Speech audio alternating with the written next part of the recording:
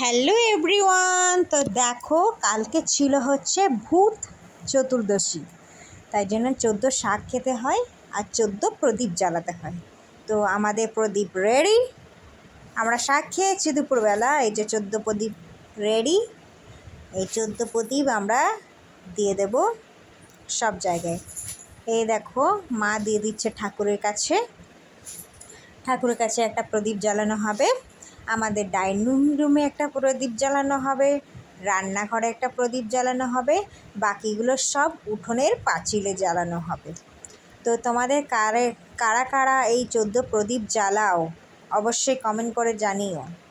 আর ভিডিওটা ভালো লাগলে অবশ্যই লাইক, কমেন্ট আর সাবস্ক্রাইব করো। এই দেখো, আমাদের তুলসী মন্দিরে দিয়ে দিয়েছি প্রদীপ। এই যে এই যে আর আমরা দেখো বাইরেটা লাইট দিয়ে সাজিয়েছি, দেখতে খুব সুন্দর লাগছে। অবশ্যই কমেন্ট বক্সে কমেন্ট করো তোমরা কারা কারা প্রদীপ দাও, লাইট লাগিয়েছো, অবশ্যই বলো। টাটা।